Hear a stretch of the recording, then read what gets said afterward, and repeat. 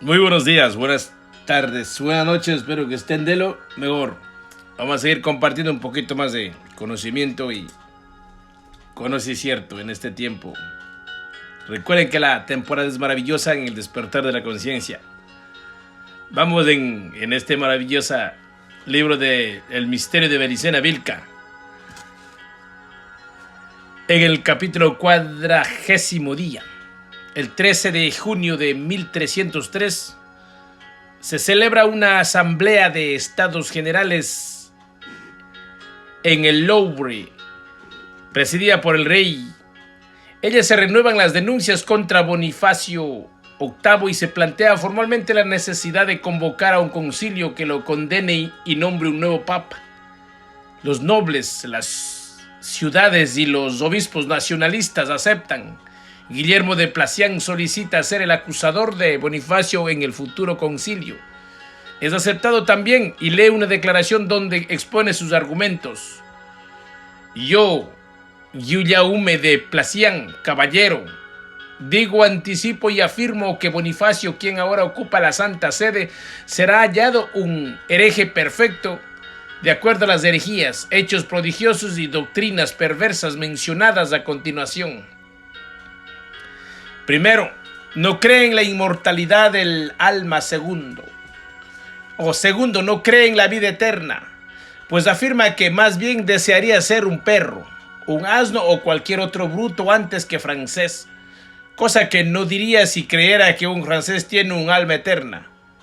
No cree en la presencia verdadera, pues adorna su trono con mayor magnificencia que el altar. Ha dicho que para humillar a su majestad y a los franceses trastocaría el universo entero. Dio su aprobación al libro de Arnaud de Villeneuve, el brujo protegido de los cistercienses, que había sido condenado por el obispo y la Universidad de París.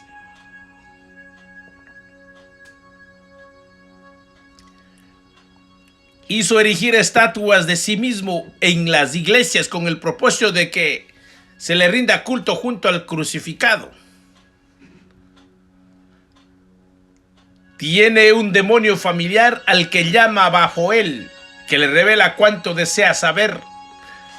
Por eso dijo que aunque toda la humanidad estuviese ubicada a un lado y él solo en el otro, él no puede equivocarse, ya se trate de un aspecto de hecho o de derecho. Expresó en su prédica pública que el sumo pontífice así ponga precio a todos los sacramentos y cargos eclesiásticos. No puede cometer simonia, lo que es una herejía afirmar, al igual que un hereje confirmado que sostiene que solo la suya es la fe verdadera. Calificó a los franceses, notoriamente uno de los pueblos más cristianos, de cátaros. Él es un repugnante sodomita, como lo prueban los numerosos testimonios. Es decir, también un asesino. En su presencia hizo dar muerte a muchos clérigos, diciendo a sus guardias, cuando no llegaban a matarlos con el primer golpe: golpea, golpea, dali, dali. Obligó a sacerdotes a violar los secretos de confesionario. No observa vigilias ni ayunos. Lanza filipicas contra el colegio de cardenales, contra la orden de caballeros teutónicos, contra la orden de predicadores dominicos, contra los hermanos menores y los franciscanos espirituales, repitiendo a menudo que arruina el mundo, que son hipócritas y falsos, y que nada bueno habrá de suceder a quien se confiese ante ellos. Tratando de destruir la fe, ha concebido una vieja aversión contra el rey de Francia, en su odio hacia la fe del verdadero Cristo, porque en Francia es donde está y estuvo el esplendor de la fe, el gran apoyo y ejemplo de la cristiandad. Levantó a todos contra la casa de Francia, a Inglaterra, a Germania, confirmando el título de emperador al rey de Germania y proclamando que hacía eso para destruir el orgullo de los franceses, quienes se vanagloriaron de no estar sujetos a nadie en cuanto a las cosas temporales, que nadie había en la tierra arriba de su rey, añadiendo que ellos mintieron a través de su gola, y declarando a veces así un ángel descendiese del cielo y dijese que los franceses no están sujetos ni a Bonifacio ni al emperador.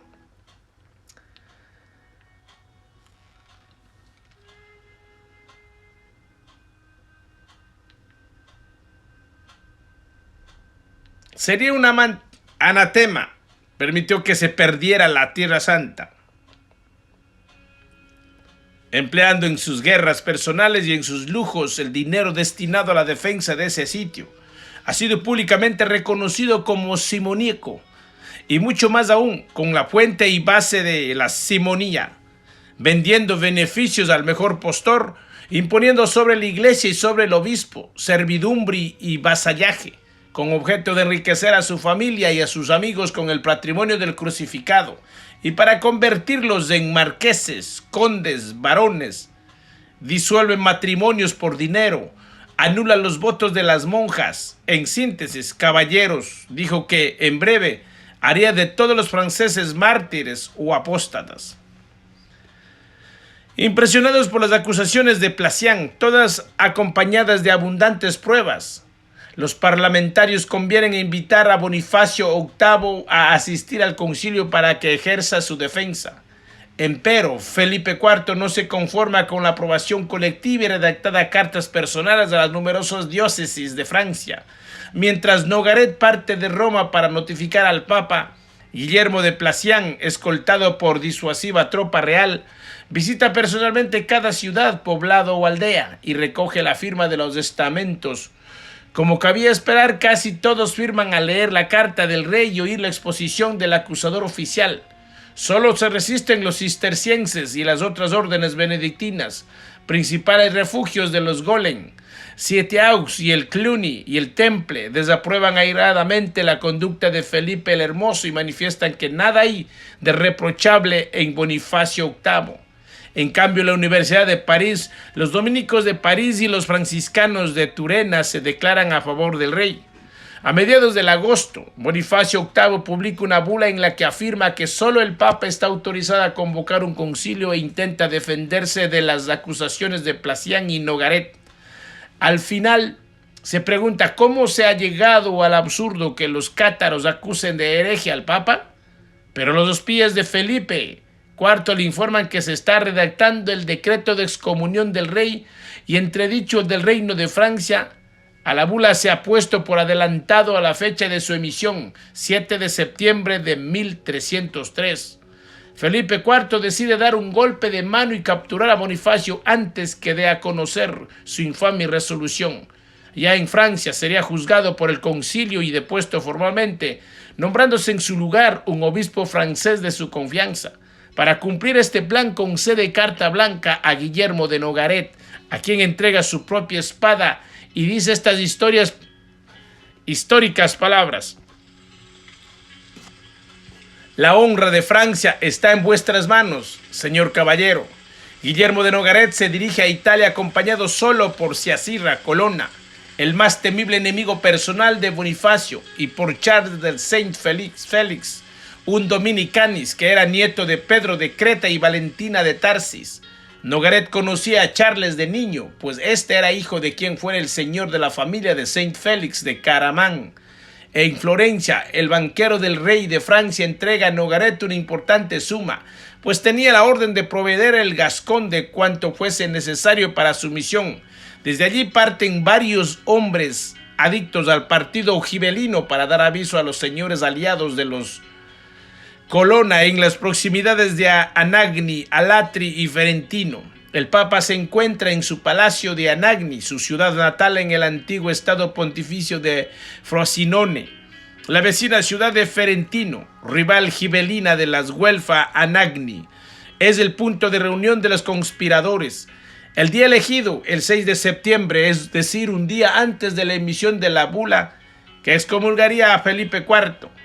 El día señalado, en el máximo secreto, llegan una docena de señores enemigos jurados de Bonifacio VIII, que aguardaban desde hacía años una oportunidad semejante para tomar venganza.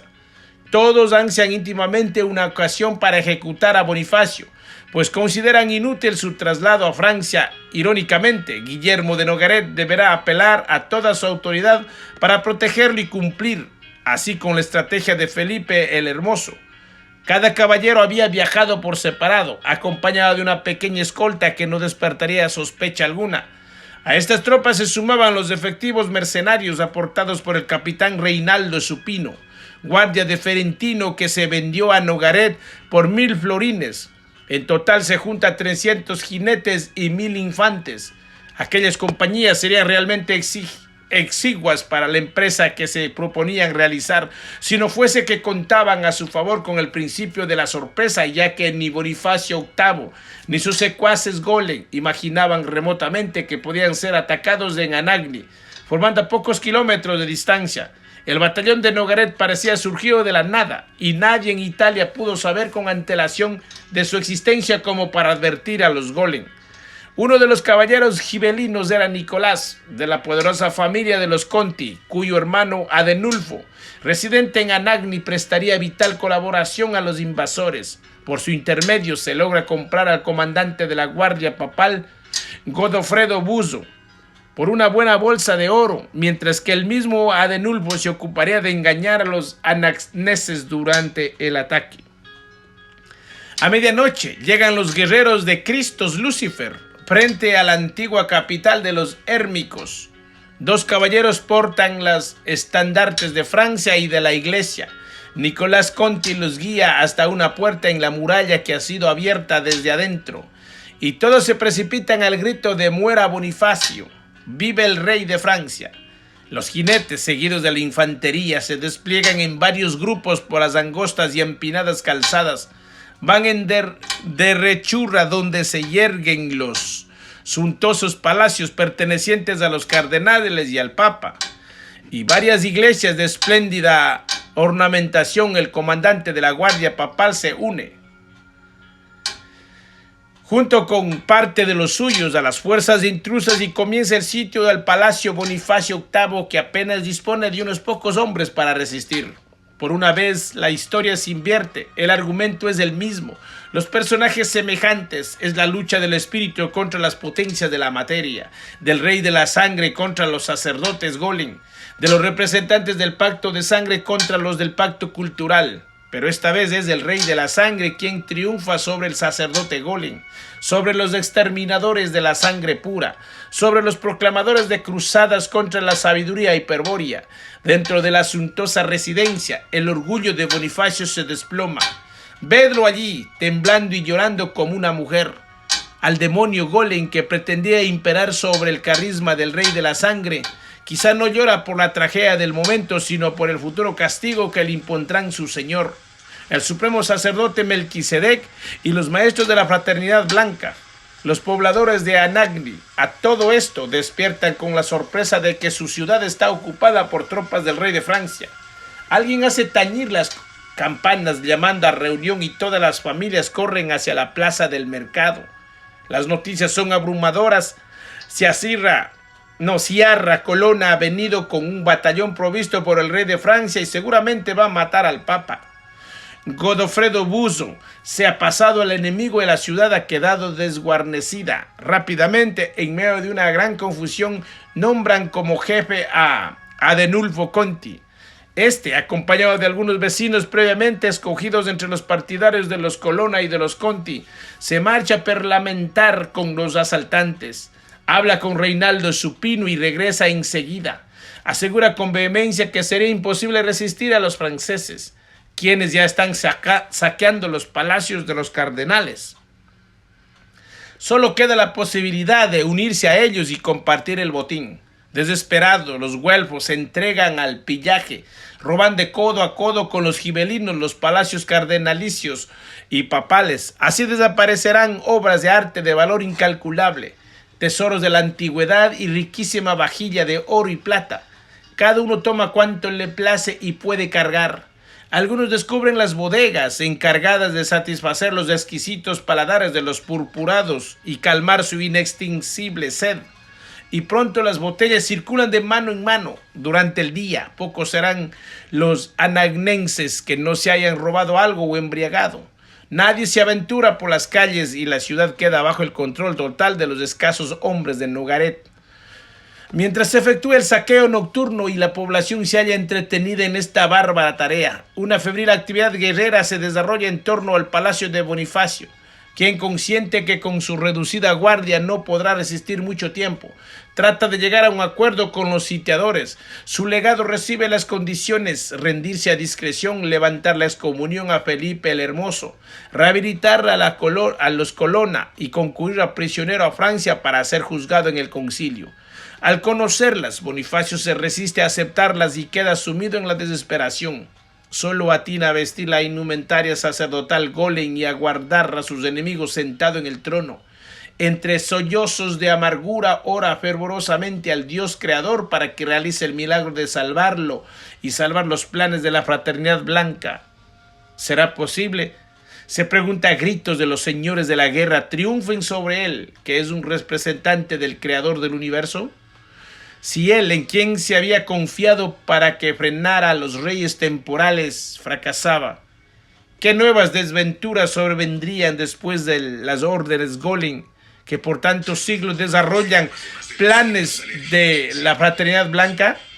Tras cada una de estas preguntas se convulsionará y en evidente que no tardarán en perder la razón, con excepción de 2 obispos, uno español y otro italiano. Todos huyen de su lado como pueden. Algunos son capturados y muertos por los hombres de Sierra Colonna, en tanto que otros son conservados como rehenes, pues se entregan voluntariamente, entre ellos su propio sobrino. Aquellas noticias terminan de deprimir a Bonifacio.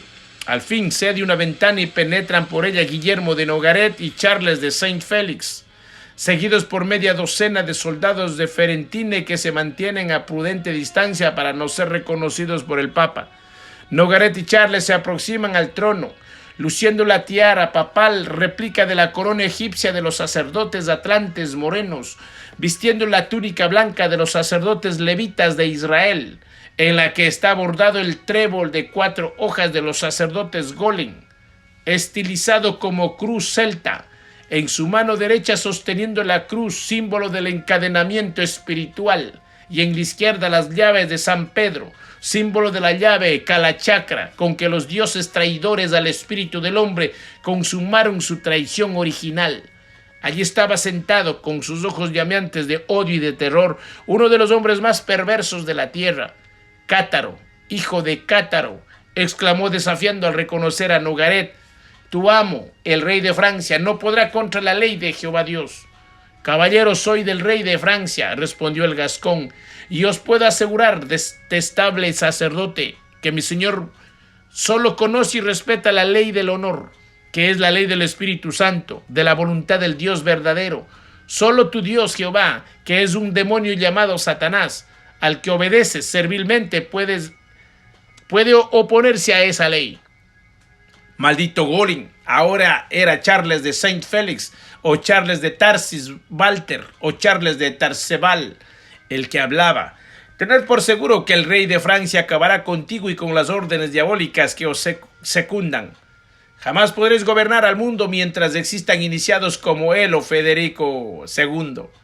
Pero tened por más seguro todavía que nosotros, los guerreros eternos de Cristo, Lucifer, acabaremos algún día con los jefes de tus jefes, con la jerarquía oculta de sacerdotes supremos que mantienen al espíritu increado en la esclavitud de la materia creada. Bonifacio palideció y estremeció de terror al oír al hombre de piedra. Uno como halo de hostilidad esencial se desprendía de aquel caballero con una intensidad impresionante. ¿Qué era la muerte de la vida cálida frente a esa otra muerte que se intuía a través de su presencia? ¿Qué la pérdida de la vida, de los goces y riquezas efímeras, del poder en este mundo o el castigo del supremo sacerdote en el otro mundo que tanto lo atemorizaba hasta entonces frente al abismo de la muerte eterna en que lo hundían los ojos de hielo del caballero francés? Herejes, gritó fuera de sí, en momentos en que una puerta saltaba hecha añicos y entraba a toda carrera una multitud procedida por Sierra Colonna. Respetad a quien, por disposición del Dios único, debe gobernar en todo el orbe. Sierra, aquel enemigo mortal de Bonifacio, alcanzó a oír sus últimas palabras, y lo propinó una violenta bofetada con la manopla de hierro, haciendo brotar sangre de su mejilla. Nogaret tuvo que contenerlo para que no lo atravesase allí mismo con su espada. El pueblo y los soldados Entre tanto, echaban mano de cuanto objeto valioso tenía a su alcance. Con el palacio tomado, Bonifacio prisionero y la ciudad bajo control, la situación no se presentaba, sin embargo, promisoria. Una cosa era entrar en secreto en Italia y preparar un ataque por sorpresa, y otra salir llevando al Papa prisionero.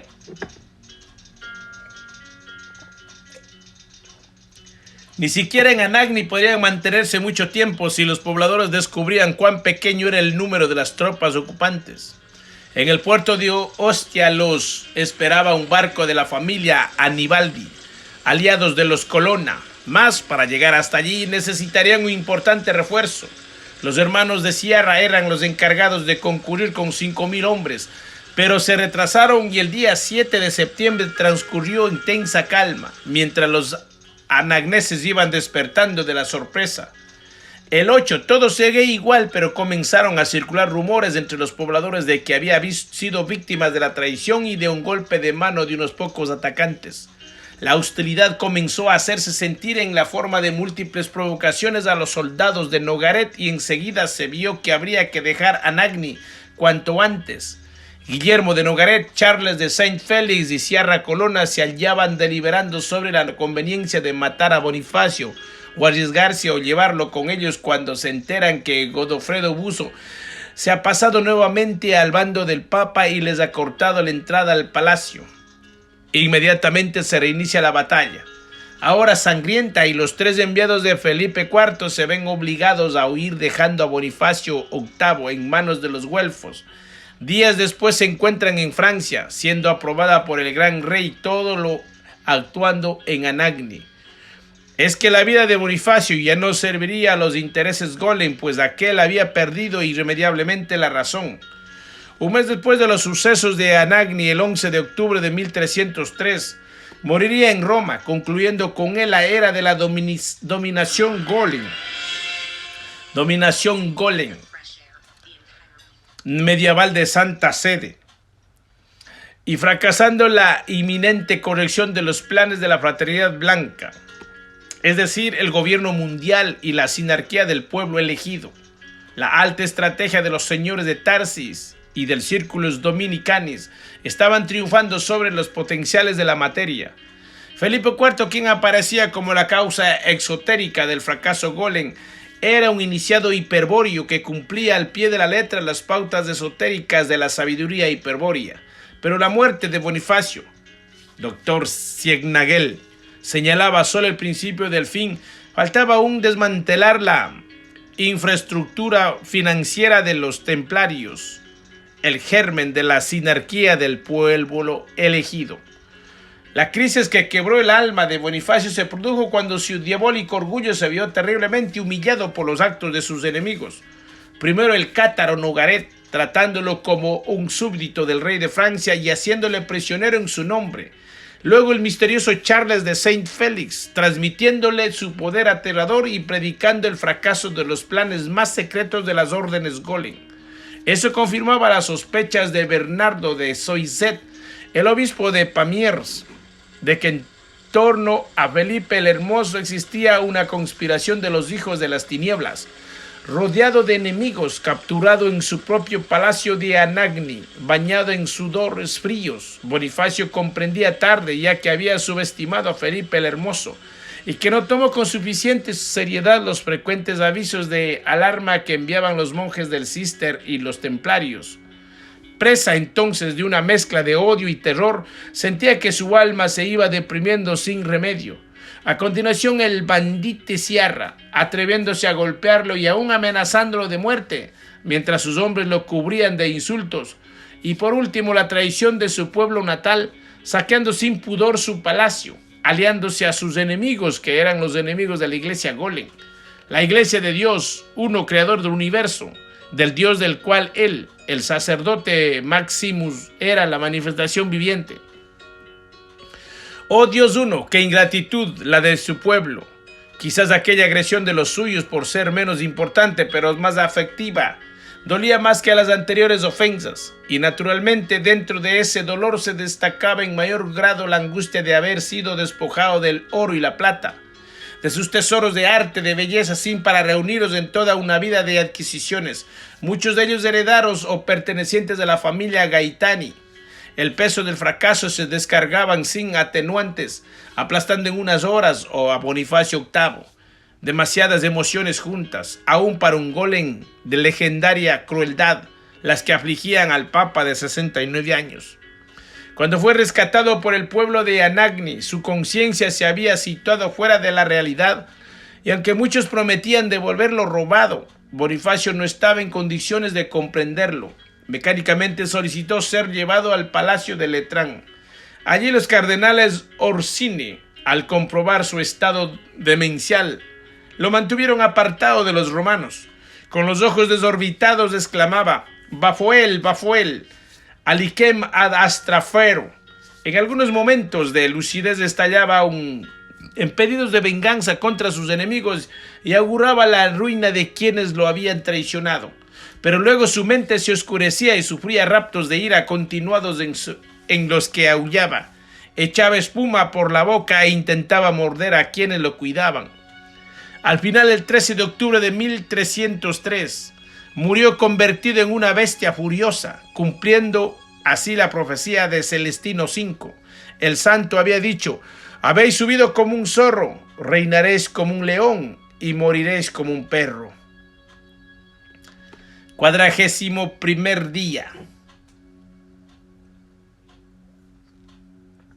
La forma en que murió Bonifacio VIII y la certeza de que el rey Carlos II permaneció indiferente frente a su caída causó gran temor entre los cardenales güelfos, como nadie quería correr su misma suerte. O aún peor, 9 días después, el Sacro Colegio se pone de acuerdo en la identidad del nuevo papa.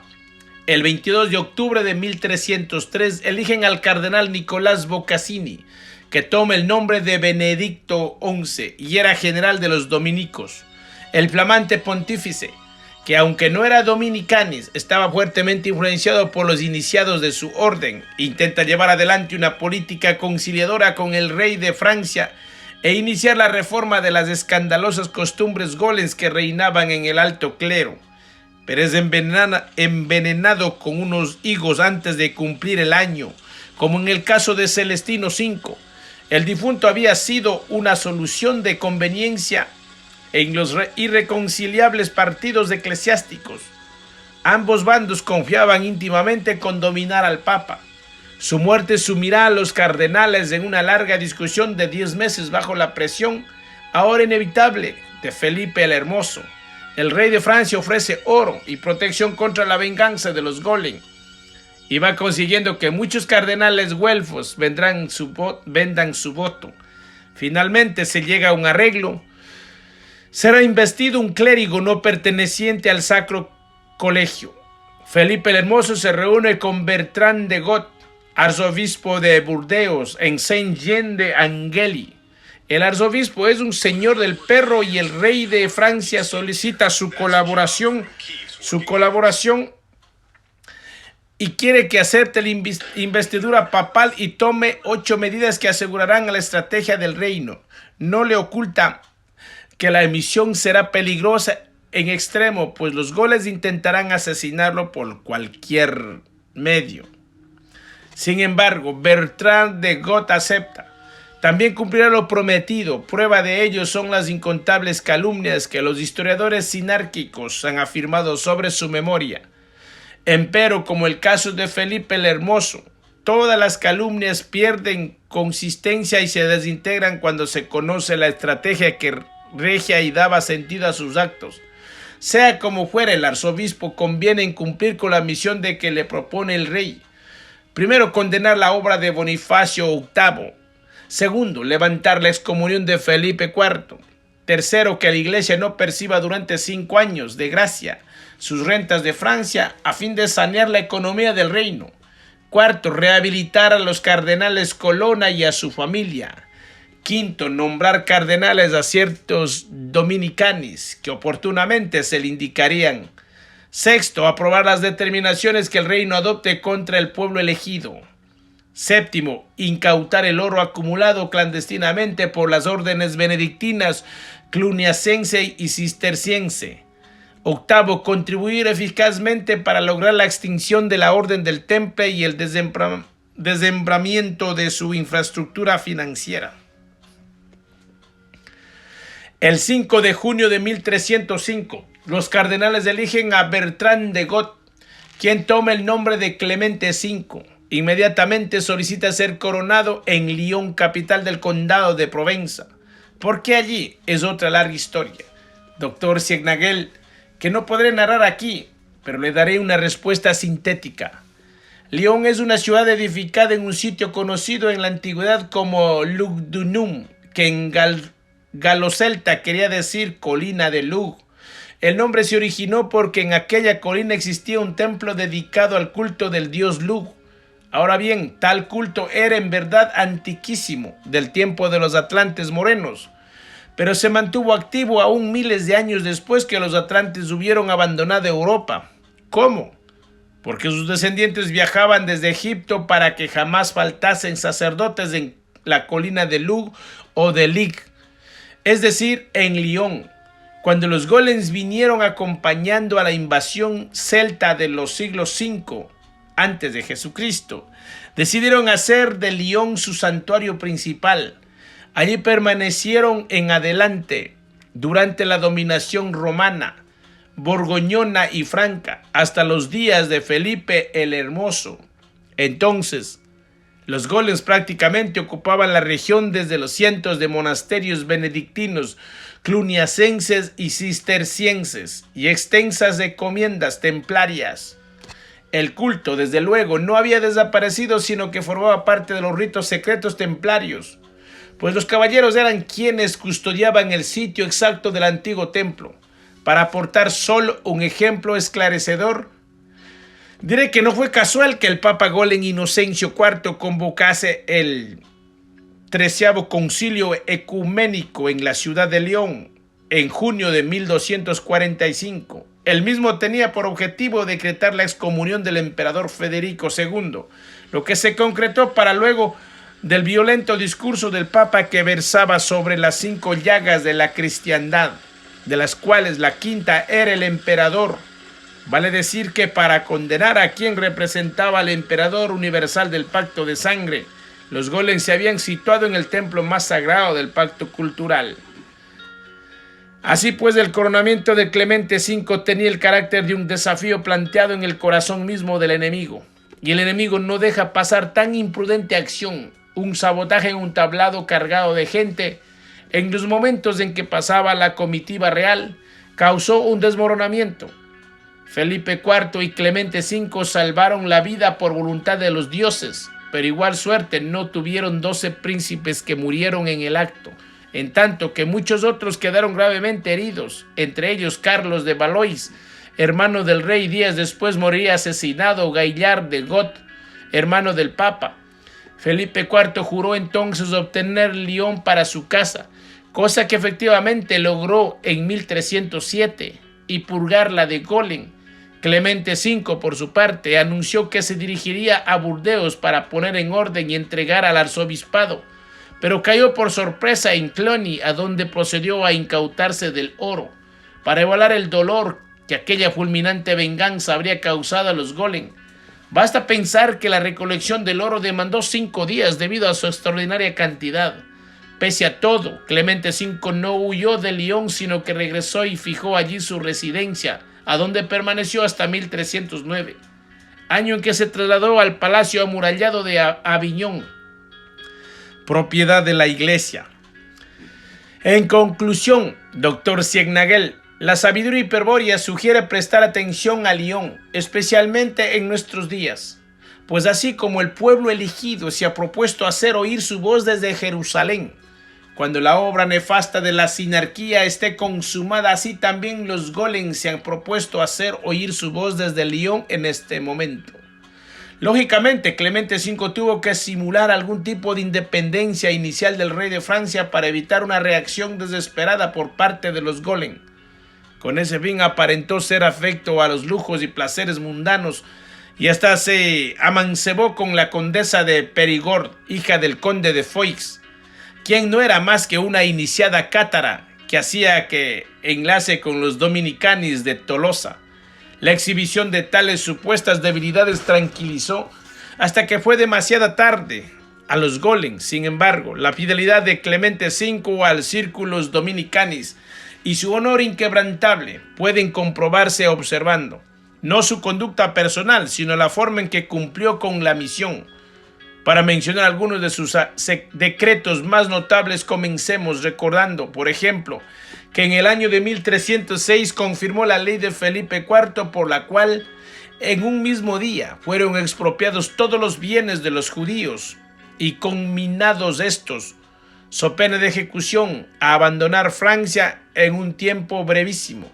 Según una bula, los Colonna volvían a ser católicos y se debían restituir sus títulos y propiedades. Según otra, la Iglesia se comprometía a no percibir ni un luis del reino de Francia durante los años siguientes. A solicitud de Felipe el Hermoso, sus legistas gestionaron un proceso eclesiástico post-mortem a Bonifacio VIII, el que contó con la aprobación de Clemente V. A su término, el Papa emitió la bula Rex Gloriae en abril de 1311, donde se resumen las conclusiones. En esa bula, Res Vicenda, se ordena que todas las bulas de Bonifacio VIII contra Felipe IV fuesen quemadas públicamente.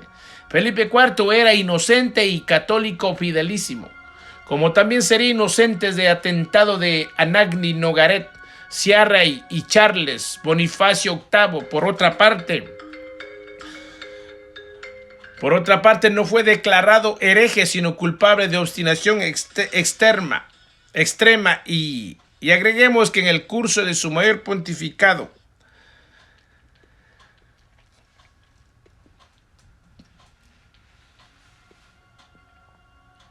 acabó apoderándose de la mayor parte del oro acumulado por las órdenes benedictinas, fingiendo siempre una insaciable ambición, y que hizo oídos sordos a los reclamos de los banqueros lombardos, víctimas de una ley de expropiación que confiscaba sus propiedades en Francia. Es evidente, pues, que Clemente V llevó a cabo todas las metas de su misión o dispuso los medios jurídicos para que las mismas se concretasen justamente en una entrevista celebrada en Poitiers. En 1306, con Felipe el Hermoso, los dos iniciados acordaron el modo de disolver la Orden del Temple. Para Clemente V, señor del Perro, aquello representaba el octavo objetivo de la misión y constituiría el acto estratégico más importante de su pontificado. Para Felipe IV significaba la neutralización de la segunda línea táctica del enemigo, tal como expliqué el día 30.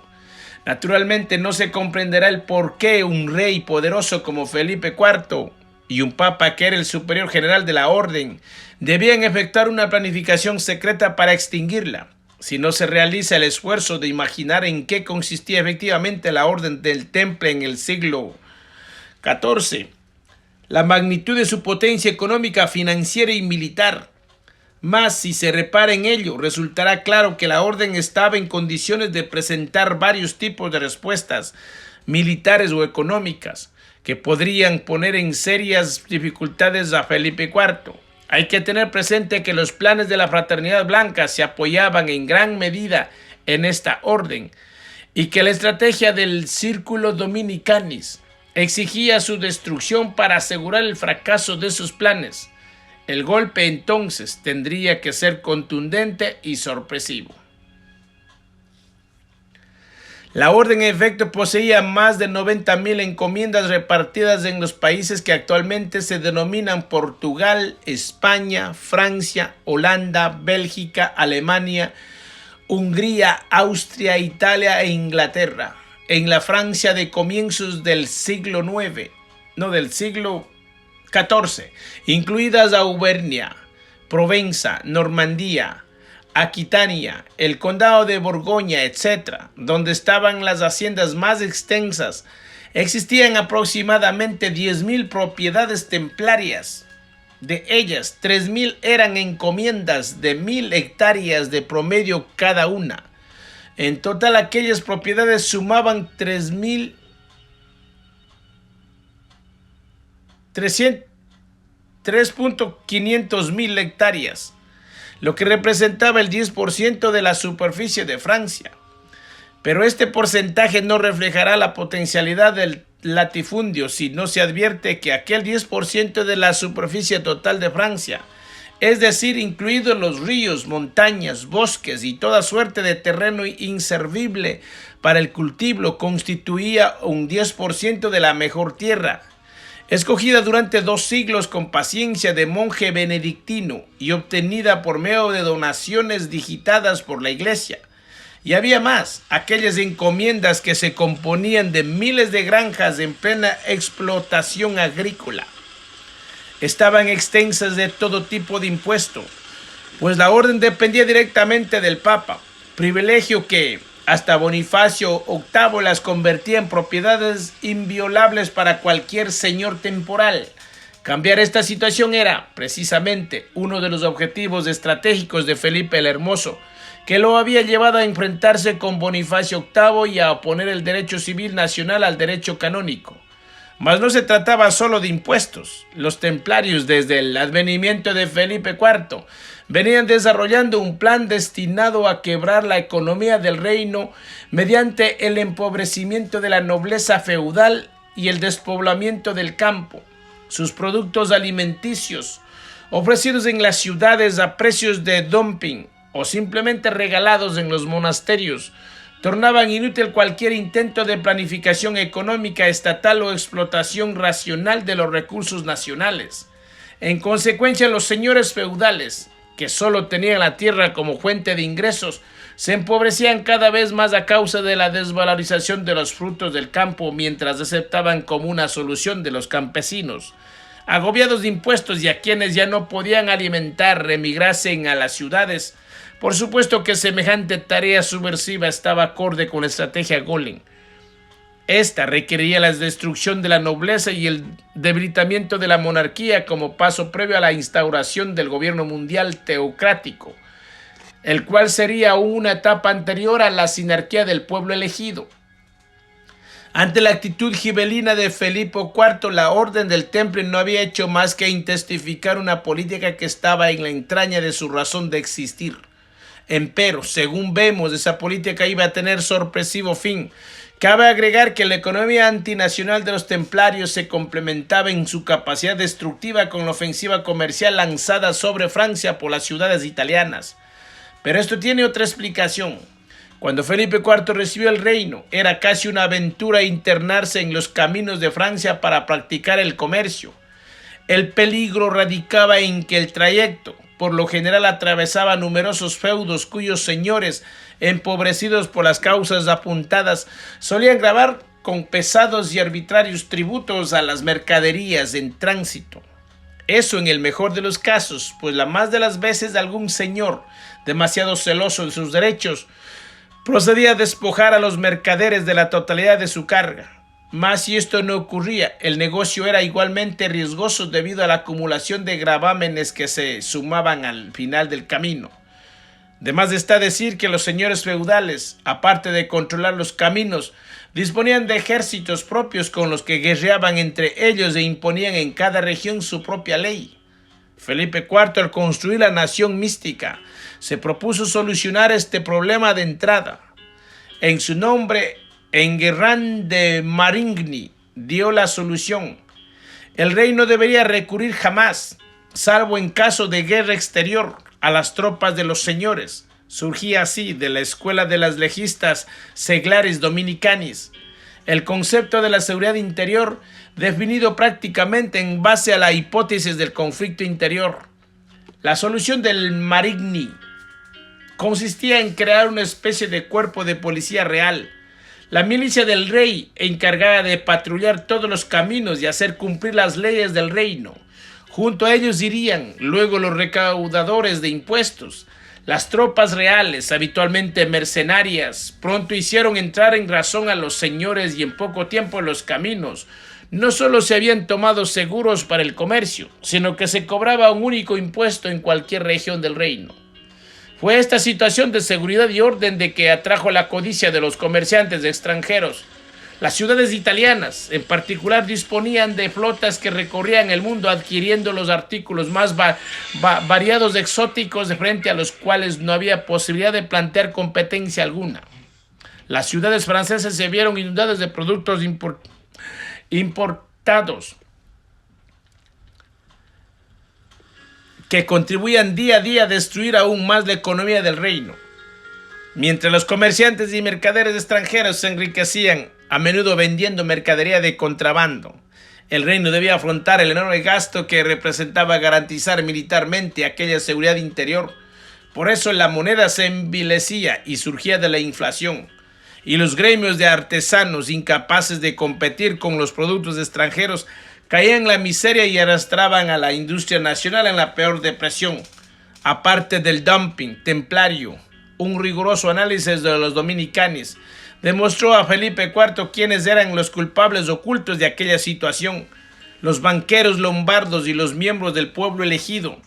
Los banqueros lombardos financiaban a las compañías italianas que operaban en Francia, cosa que también hacía la banca templaria, y los miembros del pueblo elegido se contaban entre los principales apoyos interiores de las compañías y capitales extranjeros. Muchos de ellos tenían lazos de parentesco con los banqueros judíos de Venecia o Milán, o con los dueños de grandes compañías, mientras que otros traicionaban a la nación francesa por mero amor al lucro. Felipe IV sería inflexible con tales alimañas. A unos solo los expropió, pues radicaban en otros países, pero a otros los expropió y expulsó del reino, ya que carecían de las virtudes éticas necesarias para merecer el derecho de residencia.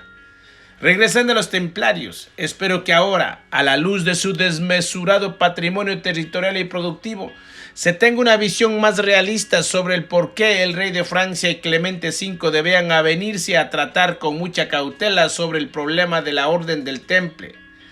Aquellas 90,000 encomiendas, por seguir con el ejemplo estatal, atendidas por 30,000 monjes, 3,000 caballeros y 270,000 laicos, lo que representaba una eventual fuerza guerrera muy superior al ejército nacional de Felipe el Hermoso.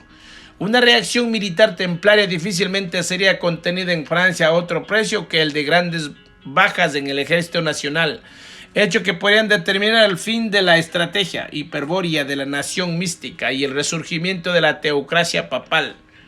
Podían entonces, pese a todo, triunfar los planes de la Fraternidad Blanca.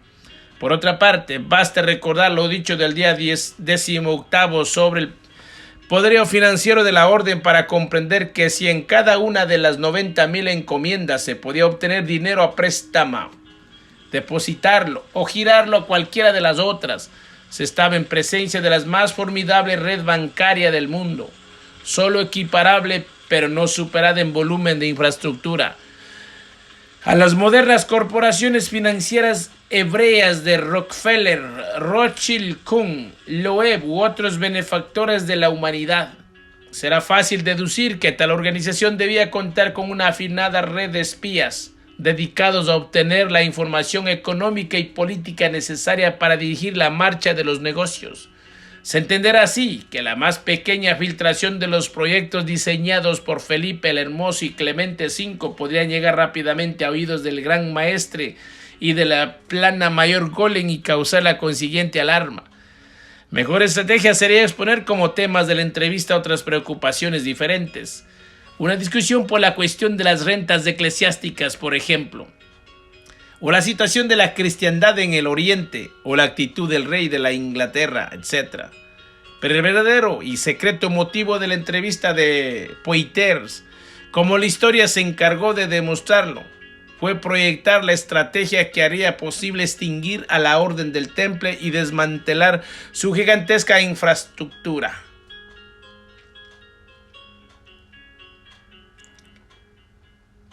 Cuadragésimo segundo día.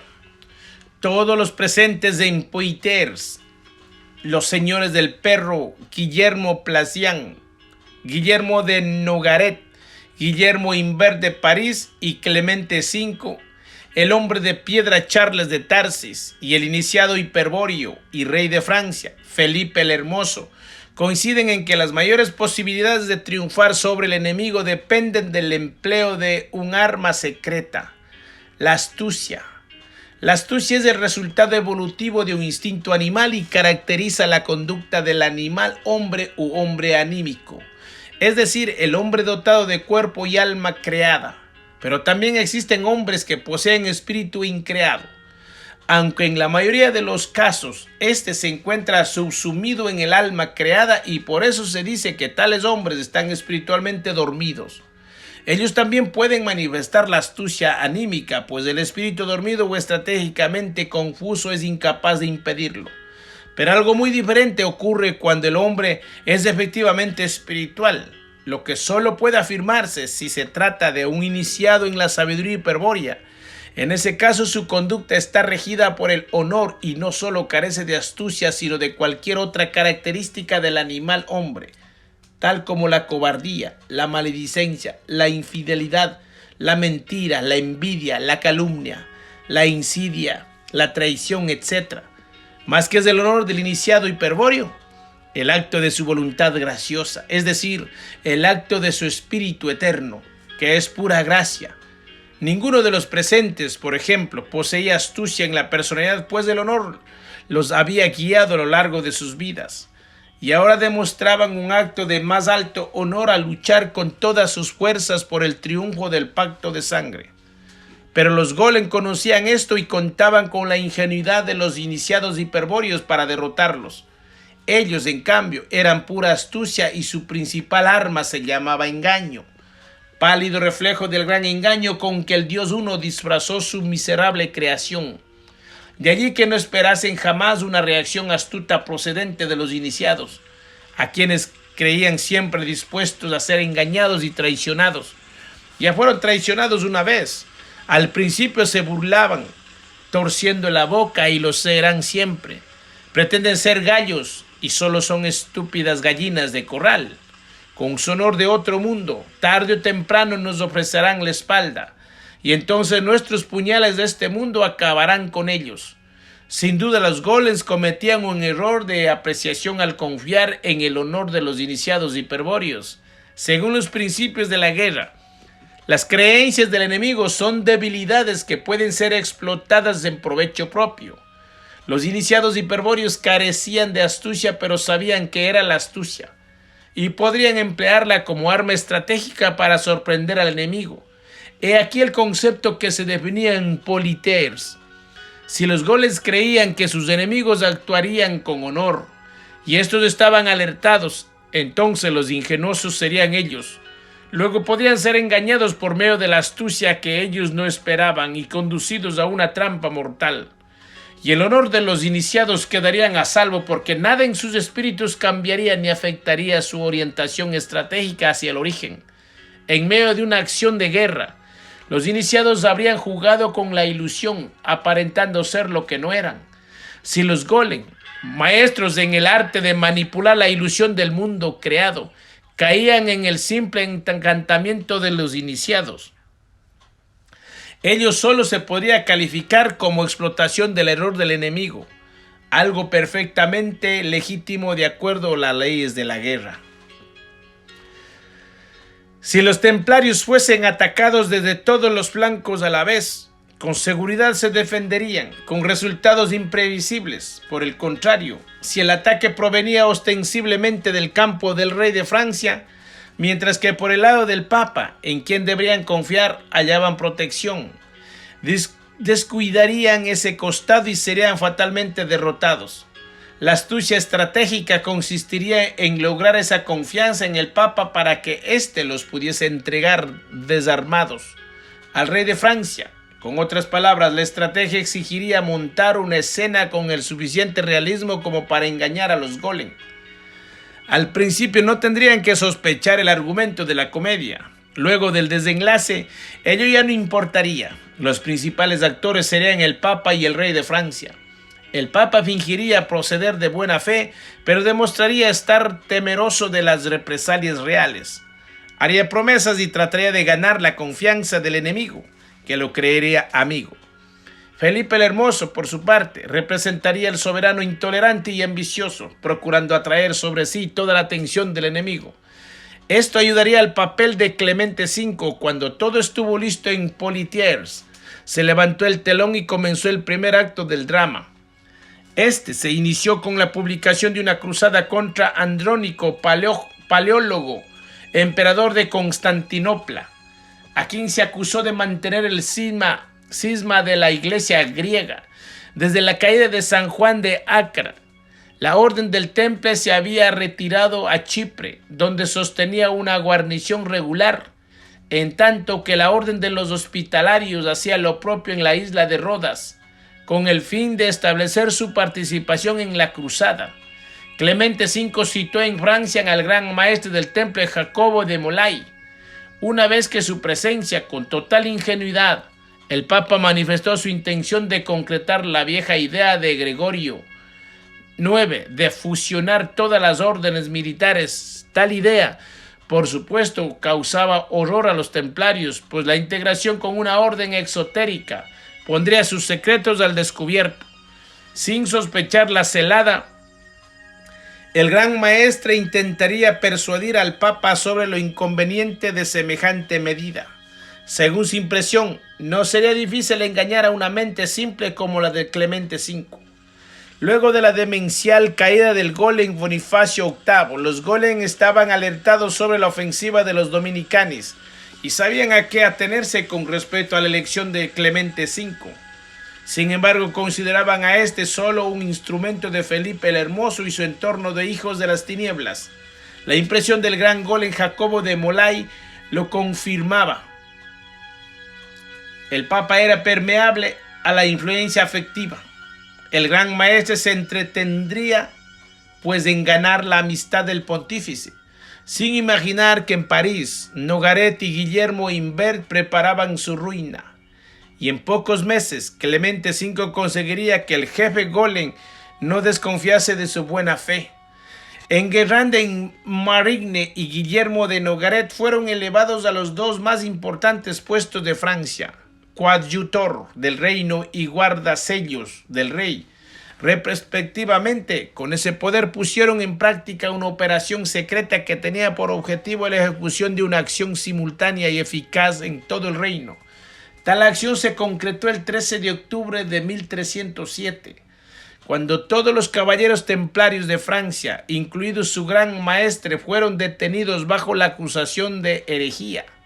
En verdad, los cargos acumulados por Nogaret eran múltiples y variados, pero se hacía hincapié en la herejía para obtener la intervención del Tribunal de la Inquisición, que en Francia estaba presidido por Guillermo Imbert de París.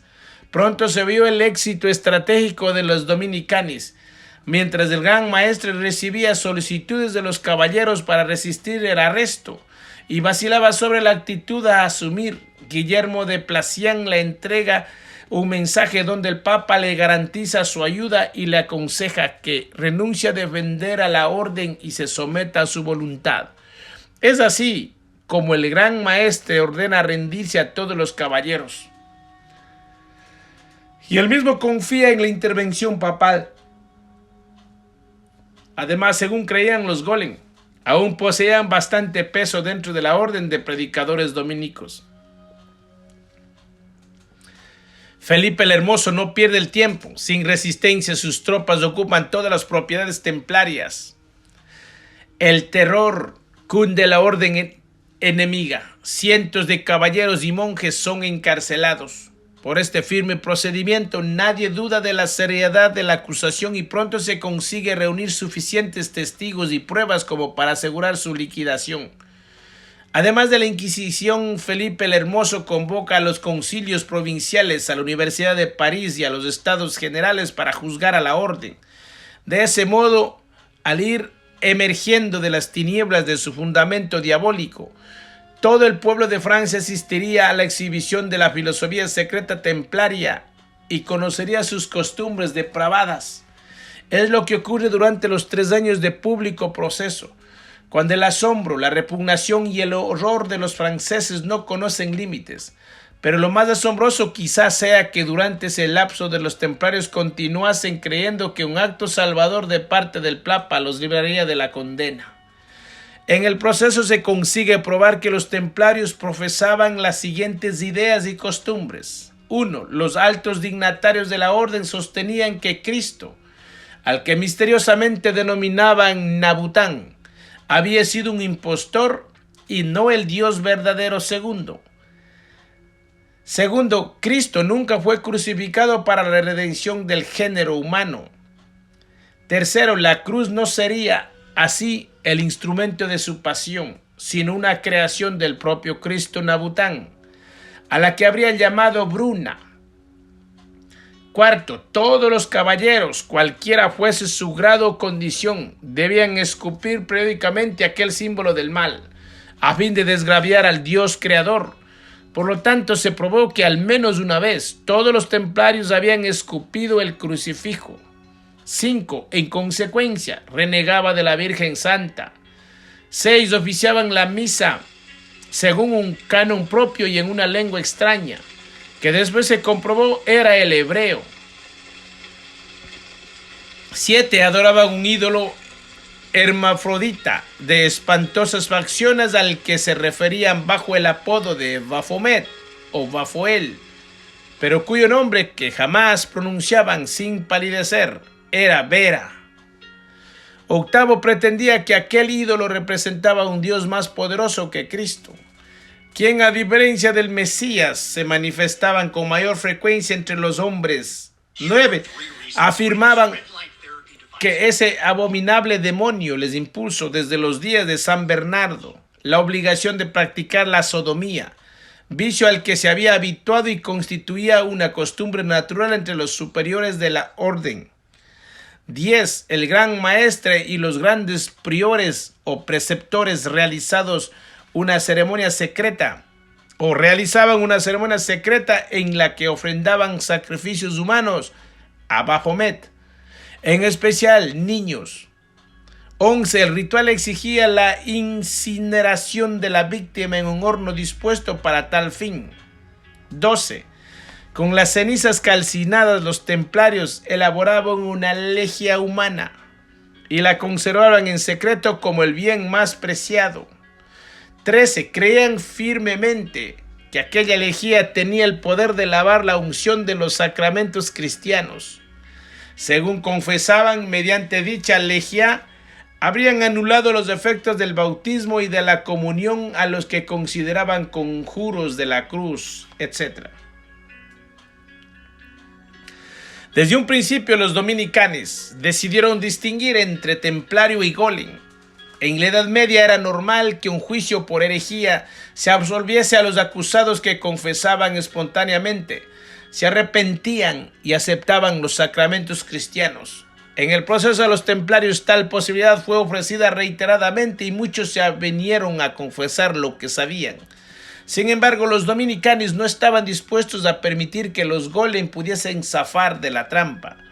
Para ellos, que jamás habían perdonado, no habría perdón solo a los templarios, es decir, a los caballeros no iniciados en el culto a Baphomet. Se les brindaría la oportunidad de salvar la vida a cambio de su testimonio.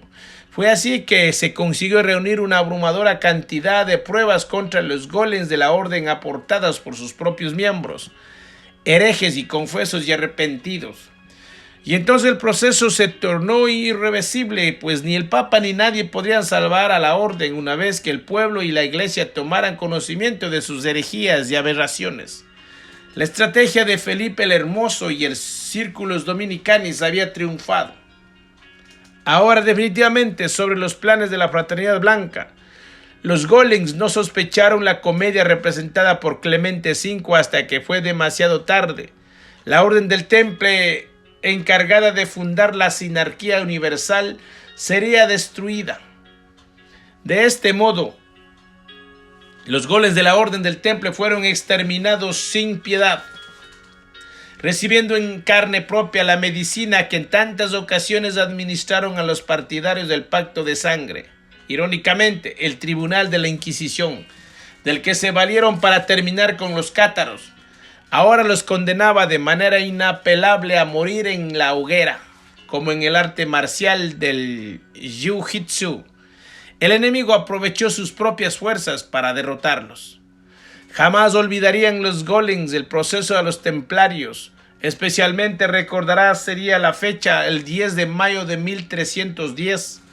Ese día, en el concilio de Sens, cuyo obispado ejercía Felipe de Marigny, hermano de Enguerrand, fueron quemados a fuego lento 56 caballeros templarios, la flor y nata de la jerarquía golem, desde que los señores de Tarsis incendiaron el bosque sagrado e hicieron perecer a los 20 de Cartago. Los golem no habían tenido un día tan aciago como ese 10 de mayo. Maniatados cada uno de espaldas a un robusto poste, el medio centenar de golem de Sens formaba una larga fila de condenados. Una procesión de espectros marchando hacia el infierno. A los pies de cada poste, la leña apilaba, auguraba el próximo fin de los sacerdotes del Dios uno. Antes que los hermanos menores arrojasen la tea encendida, un caballero del rey Felipe, un monje guerrero de alguna orden desconocida, se acercaban a los herejes y pronunciaban en voz baja unas palabras que los presentes tomaban como una piadosa oración. Sin embargo, al oírla, el rostro de los golem se descomponía de odio y algunos prorrumpían en atroces maldiciones. Aquellas palabras decían simplemente: por Nabután y la sangre de Tarsis. Al completar la fila, mientras los golems elevaban su alma a Jehová Satanás y reclamaban un castigo indescriptible para el hombre de piedra, aquel caballero, que no era otro más que Charles de Tarsis, hizo una señal a los verdugos y a las hogueras comenzaron a arder. Pronto los golems y sus sueños sinárquicos no fueron más que cenizas. Un puñado de vil ceniza que no alcanzaría para lavar el daño causado a la casa de Tarsis y a tantos otros que creyeron o cayeron aniquilados por oponerse a estos sueños demenciales. Para completar la obra se requería legalizar el resultado de la estrategia de Felipe el Hermoso. Con ese propósito, el Papa convocó el Concilio Ecuménico de Viena en octubre de 1311 a mayo de 1312. Aunque derrotados en todos los frentes, los golems aún tuvieron fuerzas para presionar e intentar impedir que se acordase la extinción de la orden. Hubo una conferencia secreta entre 5 cardenales fieles a Felipe el Hermoso y 6 delegados del concilio, en la que se les informó a los últimos sobre las terribles consecuencias que traería oponerse al rey de Francia y absolver la orden, pese a las irrefutables pruebas reunidas en su contra. Pero el terror desatado era muy grande, y entre el castigo del rey y la venganza de los golem, muchos permanecieron indecisos. Los representantes del rey ante el concilio, Guillermo de Nogaret, Guillermo Placian, Charles de Tarsis, Enguerrand de Marigny, etc., hicieron gala de su elocuencia para persuadir a los obispos sobre la necesidad que tenía la iglesia y la cristiandad de suprimir aquel foco de herejía. Hubo incluso un momento, hacia el mes de marzo de 1312, en que el rey amenazó avanzar con sus tropas sobre Viena y ajustar las cuentas allí mismo con los partidarios de los golem. A la sazón llegó hasta Lyon con su hermano Carlos, sus hijos y un poderoso regimiento de caballeros. Al fin, el 22 de marzo de 1312 se votó la extinción de la orden y la confiscación de todos sus bienes en favor de la orden de hospitalarios de San Juan de la Iglesia y del Reino de Francia. No obstante, existían tantas dudas sobre el acuerdo del concilio, especialmente porque quienes habían votado en secreto negaban en público haberlo hecho, que el Papa se vio obligado a zanjar la cuestión mediante un decreto en la bula Considerantes Dudum, declarada abolida la orden del Temple, de manera provisoria hasta tanto no se expidía de modo definitivo el Tribunal del Santo Oficio, cosa que éste ya había hecho. Non per modum definitivae sententiae, sed per modum provisionis apostolicae. La bula y el decreto del Concilio de Viena son remitidos a todos los países cristianos para su ejecución. La orden local debe ser extinguida a sus miembros, tomados prisioneros y procesados por herejía. En Aragón, los caballeros se fortifican y resisten, debiendo ser sometidos por Jaime II en campañas militares. Los de Navarra donde reinaban Felipe el Hermoso, se rinden sin cristar, al igual que los Castilla y Portugal, en todos los casos los que son absueltos, así como las propiedades de la orden. Órdenes creadas de la orden, que eran muchas, pasan a integrar a la orden del hospital u otras órdenes creadas para tal fin.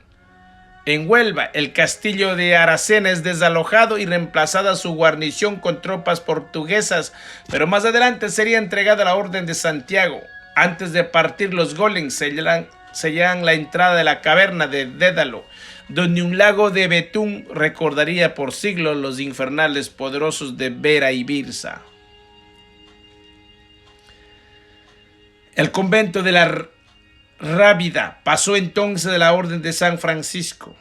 Ello, sin embargo, no impidió que los golems continuasen preparando la venida de Quiblón, de acuerdo a las órdenes de Vera y Birsa.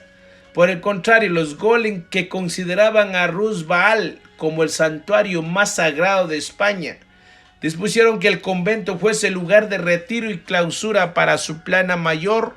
El culto de la Virgen de los Milagros se había impuesto ya en una vasta región de Andalucía, pero el que más fervor despertaba en la feligresía era el culto a la Virgen de la Cinta, protectora de los marinos y propietarios de los barcos, a quienes se consideraban patrona de Huelva. Esta afirmación popular de la Gran Madre Biná se debía sobre todo a la incansable tarea de purificación efectuada por los templarios, pero ahora sería continuada no con menos dedicación por los frailes de San Francisco. Lo que habría de ceder, en cambio, sería la lucha abierta contra la Virgen de Agartha, dado que la momentánea pérdida de poder de los golems les impediría sostenerla adecuadamente. Estos cambios, como es natural, trajeron tranquilidad a los descendientes de Brunalda, pues la caverna secreta se vio libre, por el momento, de las acechanzas golem. Ya en 1312 un noyo se había instalado de manera permanente frente a la espada sabia. Los principales jefes templarios, el gran maestre Jacobo de Molay y otros 3 golem, continuaban prisioneros en la casa del Temple de París.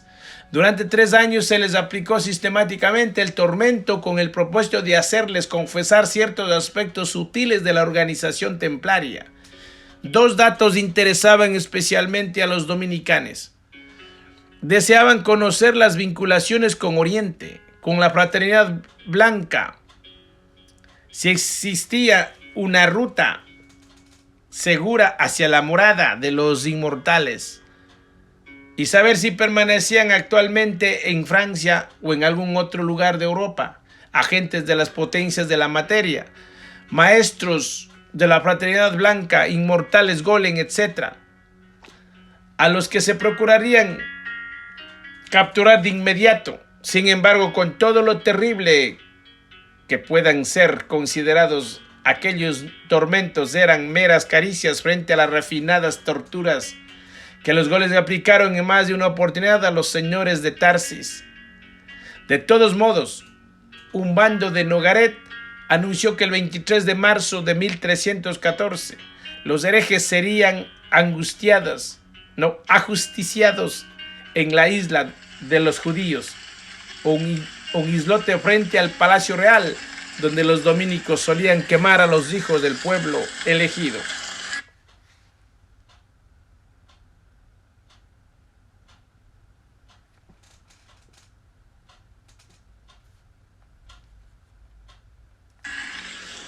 Fachada de la Torre del Temple en París. El día señalado, Jacobo de Molay, Godofredo de Charnay, Hugo de Pairán y Godofredo de Goneville, sacerdotes que habían dominado los más secretos conocimientos del pacto cultural, eran amarrados a las estacas y entregados a la purificación del fuego. Felipe el Hermoso, el Círculos Dominicanis en pleno, y numerosos señores de Tarsis venidos desde el sur de Francia para la ocasión, contemplaron la ingenia escena que cerraba una etapa histórica, un periodo caracterizado por los innobles ataques contra la sangre pura y el espíritu eterno. La conspiración de los demonios se consumía en esas 4 hogueras. El triunfo de la estrategia hiperbórea. En la isla de los judíos, en 23 de marzo de 1314, el triunfo de la estrategia hiperbórea estaba asegurado. Los planes de la Fraternidad Blanca para instaurar la sinarquía universal imposibilitados de realizarse durante 7 siglos, y la venida a España de Quiblón se retrasaría 180 años. 43º día. Síntesis general de la sabiduría hiperbórea. La posibilidad de instaurar la sinarquía universal en la Edad Media se había esfumado en las hogueras de la Inquisición. El enemigo tardaría 700 años antes de acertar en la época actual con otra posibilidad semejante. Aquí sería, pues, el momento de abandonar el tema de la sinarquía medieval y continuar con la historia de la casa de Tarsis que, como adelanté reiteradas veces, se trasladaría en parte a América y fundaría el linaje del cual desciendo.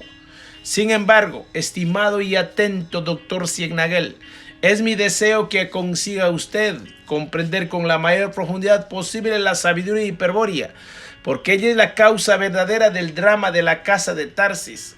Sé que en muchas partes la narración de la historia de la casa de Tarsis ha quedado oscurecida por la ausencia de detalles, por lo desconocida que resuelta el prófano la sabiduría hiperbórea. Por eso, antes de continuar con el relato, me tomaré unos días para exponer una síntesis general de lo ya visto sobre la sabiduría hiperbórea. Fundamentalmente, procuraré aclarar las principales ideas mencionadas o referidas hasta ahora. Creo que la mejor manera de lograr este objetivo sería describir 4 conceptos de la sabiduría hiperbórea y definirlos mediante un lenguaje accesible para usted. Tales conceptos son: la cultura es una arma estratégica enemiga. El yo en el hombre creado es un producto del espíritu increado. La alegoría del yo prisionero y la estrategia odal de los dioses liberadores. Mientras dure la exposición de estos temas, subtitularé los días: síntesis general de la sabiduría hiperbórea. Desde luego que tal síntesis causará la natural interrupción del relato sobre la historia de la casa de Tarsis. Es por eso que, si está muy interesado en continuar con la narración básica, le sugiero saltearse al día 49. En ese día prosigue la historia y su expectativa quedará satisfecha. Pero le advierto que es indispensable que al final lea los días pasados por alto para completar su conocimiento general de la sabiduría hiperbórea. En la carta que escribí el 3er día expliqué que el principio para establecer la filiación de un pueblo aliado de los atlantes consiste en la oposición entre el culto y la sabiduría, el sostenimiento de un culto a las potencias de la materia, a dioses que se sitúan por arriba del hombre y aprueban su miserable existencia terrenal, a dioses creados o determinados dores del destino del hombre. Coloca automáticamente a sus cultores en el marco del pacto cultural, estén o no los sacerdotes a la vista. El primer concepto es fácil de comprender como consecuencia de esta definición. Para el enemigo del pacto de sangre, es decir, los miembros del pacto cultural, la cultura es un arma estratégica. A lo largo de toda mi carta ya mostré sobradamente esa verdad en los múltiples ejemplos en los que se vio a los miembros del pacto cultural ir dominando las sociedades humanas mediante el control de las principales variables sociales. Sin embargo, la sabiduría hiperbórea afirma que el objetivo enemigo es más sutil y que su estrategia apunta a controlar el espíritu del hombre. En el hombre, vale decir, se propone controlar su yo. Cuando se realiza la crítica de la moderna cultura urbana del occidente cristiano, suelen detallarse los males que esta provoca en algunos individuos: la alienación, la deshumanización, la esclavitud al consumo, la neurosis depresiva y su reacción, la dependencia a diversos vicios, desde la narcosis hasta la perversión del sexo, la competencia despiadada, motivada por oscuros sentimientos de codicia y ambición de poder, etc. La lista es interminable, pero todos los cargos omiten deliberadamente lo esencial, haciendo hincapié en males externos al alma del hombre, originados en imperfecciones de la sociedad. Como complemento de esta falacia se argumenta que la solución, el remedio para todos los males, es el perfeccionamiento de la sociedad, su evolución hacia formas de organización más justas, más humanas, etc. La omisión radica en que el mal, el único mal, no es externo al hombre, no proviene del mundo, sino que radica en su interior, en la estructura de una mente condicionada por la preeminencia de las premisas culturales que sustentan el raciocinio y que le deforman su visión de la realidad. La sociedad actual, por otra parte, ha logrado judaizar de tal modo al hombre corriente que le ha transformado milagro que no puede ni soñar la biología genética. A su vez, un miserable judío, ávido de lucro, contento de aplicar el interés compuesto y feliz de habitar un mundo que glorifica a la usura. Ni qué decir que esta sociedad, con sus millones de judíos biológicos y psicológicos, es para la sabiduría hiperbórea solo una mala pesadilla, la cual será definitivamente barrida al fin del Kali Yuga por el Wilders Heer. En las tradiciones germánicas se denomina Wilders Heer al ejército furioso de Wotan, de acuerdo a la sabiduría hiperbórea. El ejército de Nabután se hará presente durante la batalla final junto al gran jefe de la raza blanca. Es conveniente resumir ahora varios conceptos complementarios de la sabiduría hiperbórea, algunos de ellos ya explicados. Para la sabiduría hiperbórea, el animal hombre creado por el Uno es un ser compuesto de cuerpo físico y alma, como producto de una traición original, perpetrada por los dioses traidores. El espíritu increado, perteneciente a una raza extracósmica, ha quedado encadenado a la materia y extraviado sobre su verdadero origen. El encadenamiento espiritual al animal hombre causa la aparición histórica del yo, un principio de voluntad inteligente, carente de espíritu eterno. El animal hombre solo poseía un sujeto anímico que le permitía adquirir cierta conciencia y efectuar primitivos actos psicológicos, mecánicos, debido al contenido puramente arquetípico de tales actos mentales. Pero de pronto en la historia, por causa de la traición original, aparece el yo en medio del sujeto anímico, sumido en él. Así, el yo, expresión del espíritu, surge hundido en la entraña del alma, sin disponer de ninguna posibilidad de orientarse hacia el origen, puesto que él ignora que se encuentra en tal situación que hay un regreso posible hacia la patria del espíritu.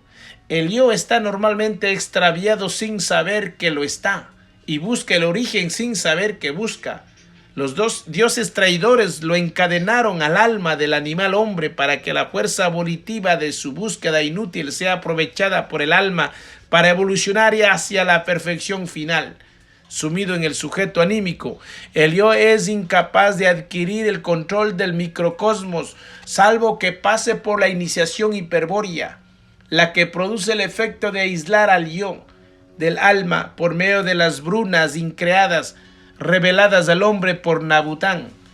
Por eso la sabiduría hiperbórea distingue entre dos clases de yo: el yo despierto, propio del iniciado hiperbóreo, un hombre de piedra, y el yo dormido, característico del hombre dormido u hombre normal, común y corriente de nuestros días. Refiriéndose al hombre normal, se puede decir que el sujeto anímico, con su yo perdido incorporado, se enseñorea de esa esfera psíquica a la que puede considerarse grosso modo como compuesta de las regiones claramente diferenciables y distinguibles, la esfera de sombra y la esfera de luz. Ambas regiones están separadas por una barrera llamada umbral de conciencia. La esfera de sombra guarda estrecha relación conceptual con la región de la psique denominada inconsciente, que define la psicología analítica del Dr. C.G. Jung. La esfera de luz es básicamente la esfera de conciencia, donde discurre la actividad del sujeto anímico consciente durante la vigilia. El yo, que es esencialmente una fuerza volitiva, nada tiene que ver con la naturaleza temporal del sujeto anímico, pese a lo cual permanece sumido en este, confundido en su historia, artificialmente temporalizado. En una palabra, dormido. Por eso la sabiduría hiperbórea distingue claramente entre dos formas del yo: el yo perdido y el yo despierto. El yo perdido es característico del hombre dormido, del hombre extraviado en el laberinto de ilusión del gran engaño. El hombre dormido es aquel animal hombre en cuya alma está encadenado, sin saberlo, un espíritu increado. El yo despierto es propio del hombre despierto, es decir, del animal hombre cuyo espíritu encadenado ha descubierto el engaño y procura encontrar el camino hacia el origen, la salida del laberinto. El hombre despierto, el iniciado hiperbóreo, es aquel capaz de actuar según el modo de vida estratégico que exige el pacto de sangre, es decir, aquel capaz de aplicar los principios estratégicos de la ocupación, del cerco y de la muralla estratégica. Con respecto al segundo principio, en lo que toca a la función regia, dije el día 16º, Felipe IV deberá aplicar el principio del cerco en el espacio real ocupado. Según esto, parecería que el principio del cerco radicase exclusivamente en el hombre despierto, quien debería aplicar o proyectar tal principio en el área ocupada. Empero, de acuerdo al principio hermético, el microcosmos refleja al macrocosmos, principio que, tal como se vio en la exposición de Vera y Birsa, es también cabalístico. Adam Harishon es el reflejo de Adam Kadmon. ¿Quiere decir esto que el principio del cerco ha de estar también presente en el macrocosmos, por ejemplo, con una ley de la naturaleza? Si ocurriese así, tal vez se podría, al menos en teoría, detectar en algún fenómeno característico una cierta función cerco que nos revelase por otra vía, esta vez externa, el principio estratégico mencionado. Aunque puede adelantar que el resultado será negativo, es conveniente examinar tal posibilidad que búsqueda externa, pues su análisis permitirá comprender diversos aspectos gnoseológicos y culturales que afectan al hombre. Si aceptamos el principio hermético de equivalencia entre macrocosmos y microcosmos, nos resultará evidente que todas las leyes del macrocosmos se reflejan en leyes análogas del microcosmos. Pero tal correspondencia dista de ser un mero reflejo pasivo entre estructuras. El hombre, al descubrir y formular leyes, desequilibra esa relación y asume un papel destacado. Como consecuencia de esa actitud dominante aparece ahora, separando al yo del macrocosmos, un modelo cultural elaborado por un sujeto cultural en base a principios y conceptos de una estructura cultural. En la sabiduría hiperbórea, Dr. Ciegnagel, se definen y estudian estos tres elementos. Sintéticamente le diré que el sujeto cultural es solo el sujeto anímico al actuar dinámicamente sobre una estructura cultural constituida en la esfera de sombra de la psique. Asimismo, cuando el sujeto anímico actúa en la esfera racional, se le denomina sujeto racional y se manifiesta en la esfera del conciencia. Sujeto consciente, pero siempre el yo se encuentra sumido en el sujeto anímico o alma, sea racional, cultural o consciente su campo de acción. Así es el modelo cultural, el principal responsable de la visión deformada que el hombre tiene de sí mismo y del mundo, dado que se interpone entre el macrocosmos y el microcosmos. El modelo cultural es un contenido de la estructura cultural del carácter colectivo o sociocultural. Por lo tanto, consiste en un conjunto sistemático de conceptos propuestos por el sujeto cultural y traducido a uno o dos lenguajes habituales, por ejemplo, matemático y lingüístico. En resumen, el modelo cultural se compone normalmente de principios matemáticos y premisas culturales. El yo del hombre, cuando se encuentra confundido con el sujeto consciente, acepta solidariamente como representaciones de los entes externos, como su verdad, los objetos culturales que proceden del modelo cultural intermediario, objetos culturales cuyo significado ha sido propuesto por el sujeto cultural como premisa en lenguaje habitual. Examinemos ahora qué entiende el hombre por ley de la naturaleza, sin entrar en complicaciones. se puede afirmar que una ley de la naturaleza es la cuantificación matemática de una relación significativa entre aspectos o magnitudes de un fenómeno. Aclaramos esta definición. Dado un fenómeno, es posible que por la observación y por la experimentación empírica se llegue a diferenciar ciertos aspectos del mismo. Si de entre los varios aspectos que se destacan, algunos de ellos resultan como relacionados significativamente entre sí, y si esa relación posee probabilidad estadística, es decir, se repite un número grande de veces o es permanente, entonces puede enunciarse una ley de la naturaleza. Para ello hace falta que los aspectos del fenómeno puedan reducirse a magnitudes de tal modo que la relación significativa se reduzca a relación entre magnitudes, o sea, a función matemática. Las leyes de la física se han deducido de manera semejante. El concepto de ley de la naturaleza que he expuesto es moderno y apunta a controlar el fenómeno antes que a explicarlo, siguiendo la tendencia actual que subordina lo científico a lo tecnológico. Se tienen así fenómenos regidos por leyes eminentes, a las que no solo se aceptan como determinantes, sino que se las incorpora indisolublemente al propio fenómeno, olvidando o simplemente ignorando que se trata de cuantificaciones racionales. Es lo que pasa, por ejemplo, cuando se advierte el fenómeno de un objeto que cae y se afirma que tal cosa ha ocurrido porque actuó la ley de la gravedad. Aquí la ley de gravedad es eminente, y aunque se sabe que existen otras leyes las que intervienen también, pero con menor intensidad, se cree ciegamente que el objeto en su caída obedece a la ley de Newton y que esta ley de la naturaleza ha sido la causa de su desplazamiento. Sin embargo, el hecho concreto es que el fenómeno no obedece a la ley eminente alguna. El fenómeno simplemente ocurre y nada hay en el que apunte intencionalmente hacia una ley de la naturaleza, y menos aún una ley eminente.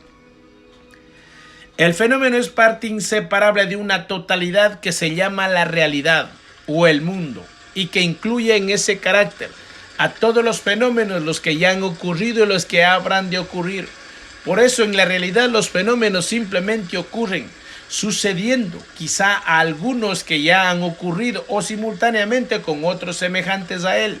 El fenómeno es solo una parte de esa realidad fenoménica que jamás pierde su carácter de totalidad, de una realidad que no se expresa en términos de causa y efecto para sostener al fenómeno, en fin, de una realidad en la cual el fenómeno acontece independientemente de que su ocurrencia sea o no significativa para un observador y cumpla o no con leyes eminentes.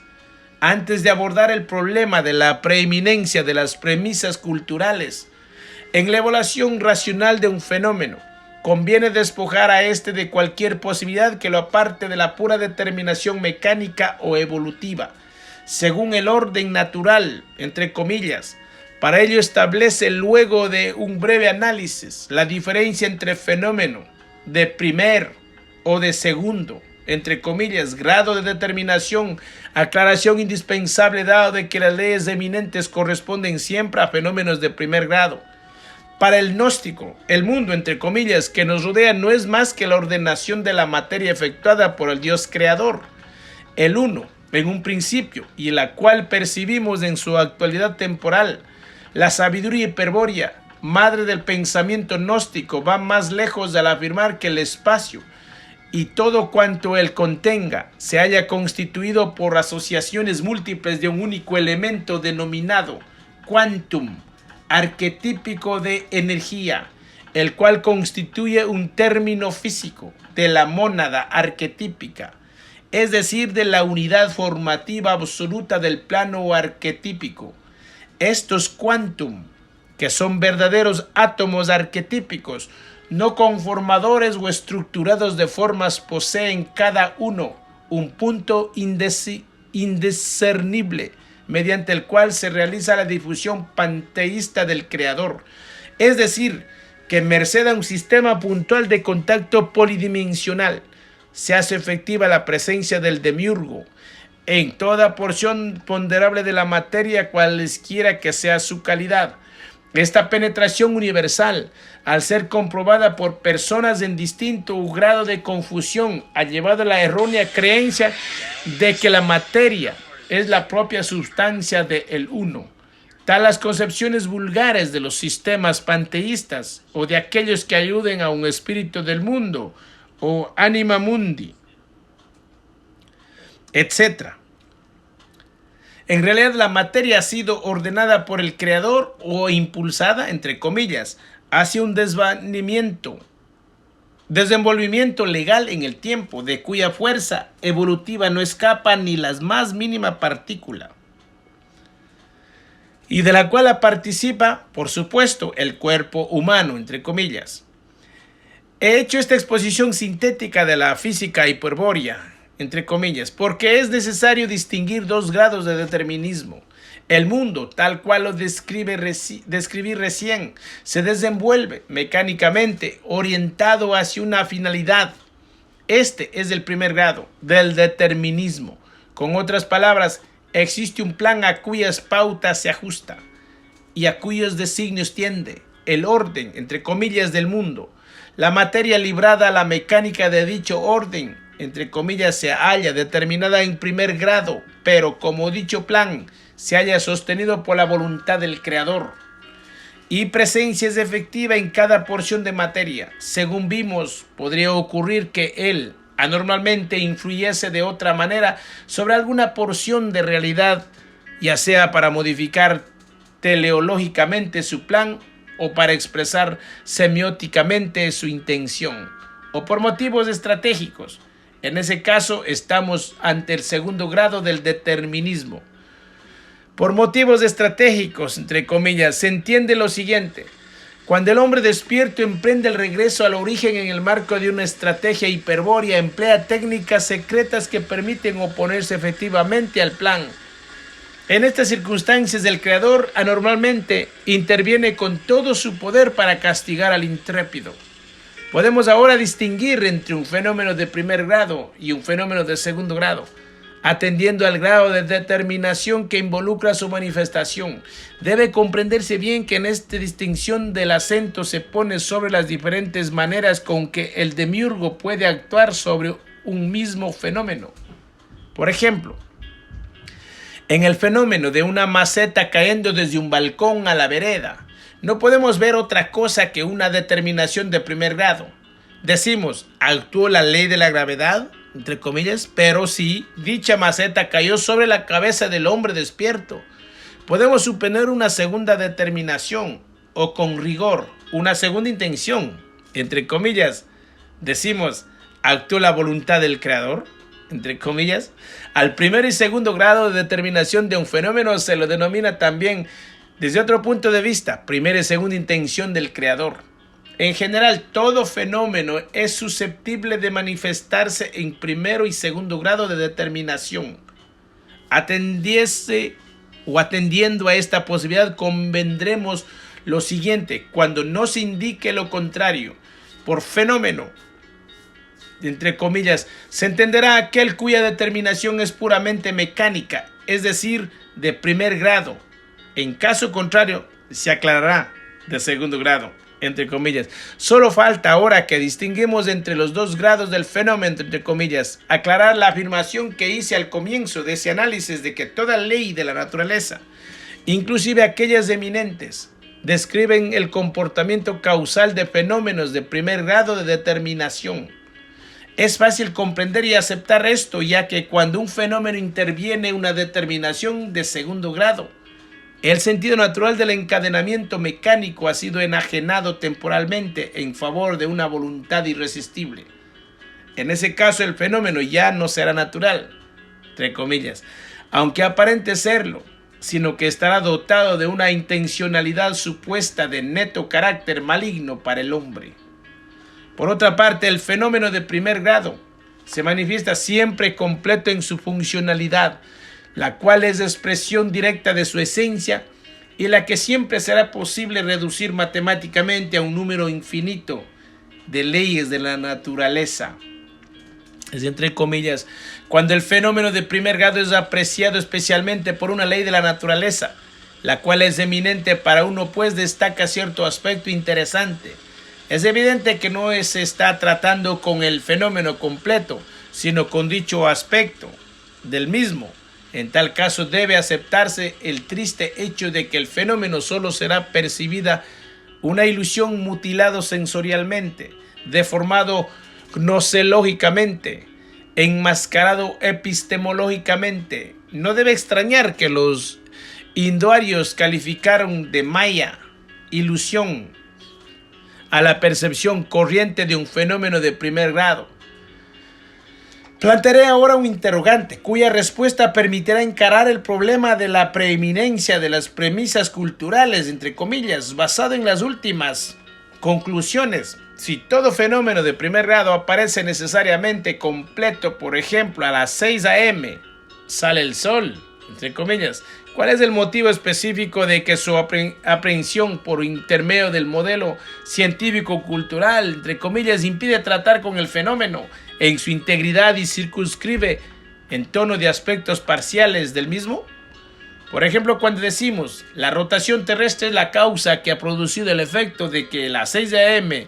el sol se haya hecho visible en el horizonte entre comillas, en este último ejemplo es evidente que al explicar el fenómeno por una ley eminente no se hace más que referir a ciertos aspectos parciales.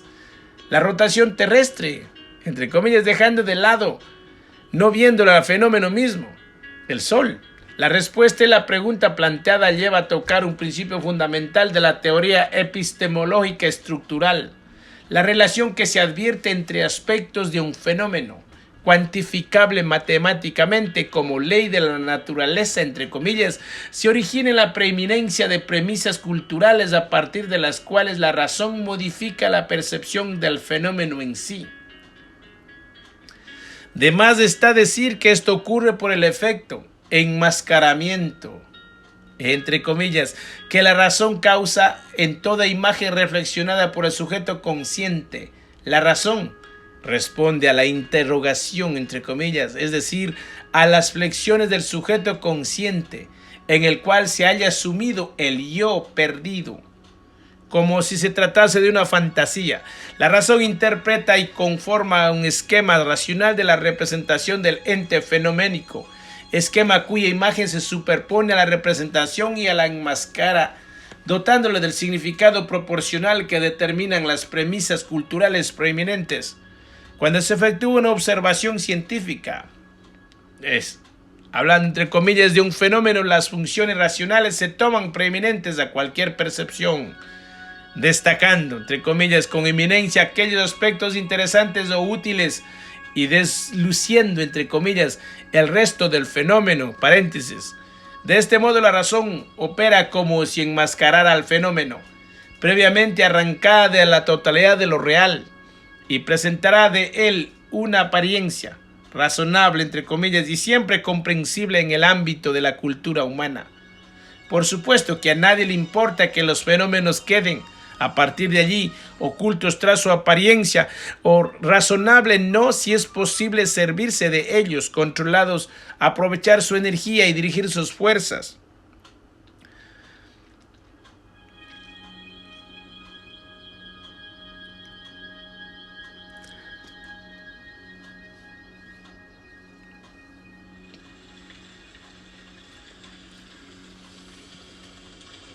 Al fin y al cabo, una civilización científico-tecnológica se edifica sobre los fenómenos y aún contra ellos. ¿Qué importa si una visión racional del mundo recorta los fenómenos percibidos y nos enfrenta con una realidad cultural, tanto más artificial cuanto más ciegos estemos? ¿Qué importa? Repito, cuanto tal ceguera gnoseológica es el precio que se debe pagar para disfrutar de las infinitas variantes que, en términos de goce y confort, ofrece la civilización científica. ¿Acaso acecha algún peligro que no podemos conjurar técnicamente nosotros, que hemos eliminado muchas y antiguas enfermedades, que hemos prolongado la vida humana y creado un hábitat urbano con lujo nunca visto? El peligro existe, es real y amenaza a todos aquellos miembros de la humanidad que poseen ancestros hiperbóreos. La sabiduría hiperbórea lo denomina fagocitación psíquica. Es un peligro de género psíquico y de orden trascendente que consiste en la aniquilación metafísica de la conciencia, posibilidad que puede concretarse en que esto o en otro mundo y en cualquier tiempo. La destrucción de la conciencia sucede por fagocitación satánica, es decir, por asimilación del sujeto anímico a la sustancia de Jehová Satanás.